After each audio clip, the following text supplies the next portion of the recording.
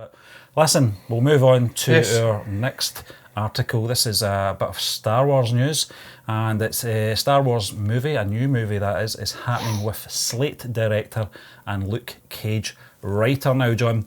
I'm so glad we do what we do, because I think, you know, being a big Star Wars fans that we are,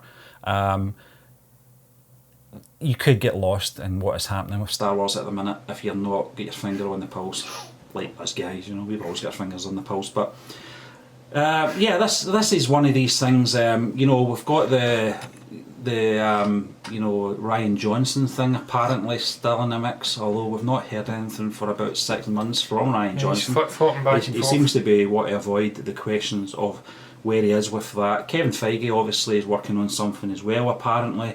But this one, it's JD Dillard and Matt Owens are apparently working on I think it's a standalone film. Star Wars, anything about trilogies or sagas or anything like that. But one of the stories that was supposedly, you know, taking place was that this was going to take place on the Sith planet of Exegol. I know that you were shaking your head when I was reading this out earlier, John. What do you feel about this? Because I just think at the minute it doesn't appear that they know what they're doing. No. They don't seem to know what time frame or time span, or you know, where they are in the whole Star Wars sort of timeline. A lot of times in there. It just seems to be all over the place at the minute. You know, I think, you know, some of them are, you know, just 400 years before the original trilogy. Then some of them are like, you know, a millennium before or whatever. It's just a bit confusing just now. It just seems to me that this is going to confuse people a lot further than when The Force Awakens came out in 2015. A year later, Rogue One came out. That confused a lot of people, just the timeline on that. You know, and that was pretty straightforward stuff, if you ask me.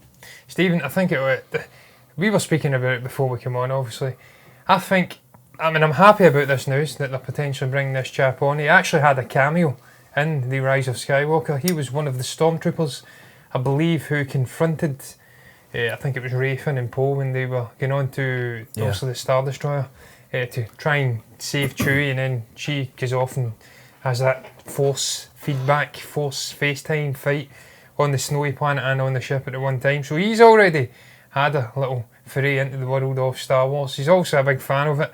Yeah. Don't know much about his previous work. I haven't seen Sleight, is it you says, and this Sleight, Sleight and this other one which is on Netflix. So can't speak in terms of his actual directing ability, but just excited to see perhaps a fan of the franchise coming in, someone who understands what Star Wars is.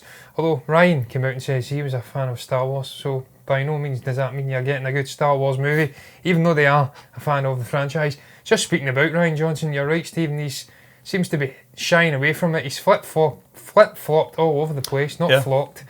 And one minute he's saying it's happening, next minute it's not happening. Now he's going off and developing a Benoit Blanc sort of Knives Out franchise. So I think Ryan's done with Star Wars, and I think Star Wars are done with Ryan. I don't know what the hell they're going to do in terms of filling that potential free movie void, which is now firmly there.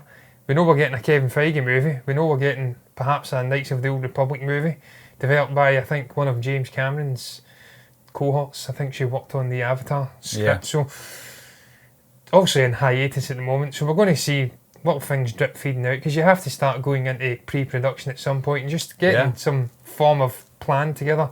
And I know they're taking a 2-year break, but they have to arrange some new phase going forward. I'm excited for it, man, but you're right what he says about different timelines as well. Obviously you have to try and streamline it for the actual everyday audience member going in who hasn't got access to canon, other forms of mediums or whatever for telling stories, watch the animated series and things like that. You need to keep it streamlined. As you did say, there was confusion around Rogue One and obviously The Force Awakens and The Last Jedi. I think the best way would to be set the story, as we did say. I've went on a long Billy Connolly tangent. Right at the start of when I came in, we were speaking before we came on, I think they should set everything in the same era, this High Republic era, 800 years prior to the events of the Skywalker saga, and then just let this grow in an organic manner, different stories set around that period, and then build your own sort of saga, your own legacy with new characters. Don't have it all haphazard all over the place. 40 different stories and 40 different timelines, because it'll just confuse people. There'll be no connection. Have different things on Disney Plus, maybe with beloved characters in the Skywalker era, and then do something different with the cinematic stuff. They say in that article that the potential could be there for a Star Wars movie to appear in this ilk on a Disney Plus streaming service. Bob Iger's already come out and says that will not be happening, so keep this Disney Plus stuff to short form TV shows like The Mandalorian, cinematic stuff. Yeah, keep it in I this can High understand Republic why era. the article's gone down that road, John, because this director seems to be more experienced with the Netflix releases. So I get, obviously, that they're trying to put two and two together. I think in this case, they are coming up with 5, because I don't think any Star Wars theatrical film at this stage, I don't think we're ready for... I think the brand's too big, for Star Wars films. Star Wars television series, I get, it's like trial and error. Certainly hit the ball out of park with The Mandalorian. It's already been, given a second season, which was a kind of a no-brainer. But listen, John, we're going to move on.